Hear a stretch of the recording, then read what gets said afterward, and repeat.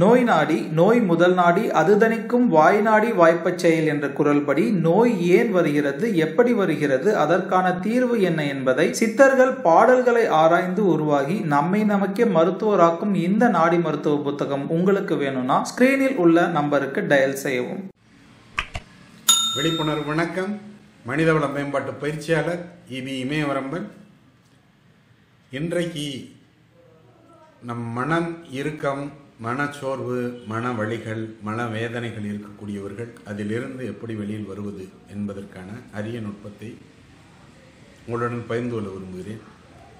மனம் எப்பொழுதெல்லாம் அமைதியற்று இருக்கிறதோ அப்பொழுதெல்லாம் மிக எளிய முறையில் உங்களுடைய மூக்கில் இடது பக்கத்தை அடைச்சிக்கிட்டு வலது பக்கத்தில் மூச்சை இழுத்து மெதுவாக வெளியில் விடுங்க.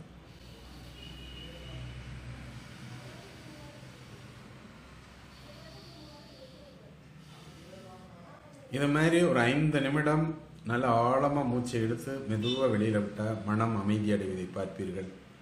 மனதில் உள்ள டென்ஷன், கோபம், ஆன்சைட்டி, டிப்ரெஷன் இது அனைத்தும் வெளியேறுவதற்கு இது ஒரு மிகப்பெரிய ஒரு நுட்பமான ஒரு விஷயம். இது போக பார்த்தீங்கன்னா அக்குபஞ்சர், அக்குப்ரெஷரில் முக்கியமான ஒரு பாயிண்ட்டு இந்த கராத்தே பாயிண்ட். இந்த இடத்துல பார்த்தீங்கன்னா இல்லை பேனாவோட பின்பக்கத்தை வச்சுக்கிறோங்க, இப்படி அழுத்துங்க. ஒரு 5 நிமிடம் அப்படியே அழுத்தி பிடிச்சிக்கிட்டே இருந்தீங்கன்னா மனம் இறுக்கம் உச்சந்தலையிலிருந்து உள்ளங்கால் வரைக்கும் தளர்வடைவதை பார்ப்பீர்கள். இது ஒரு மிக மிக ஒரு அரிய நுட்பமான ஒரு விஷயம். இதை அப்படியே அழுத்தி பிடிச்சிக்கிட்டே இருங்க.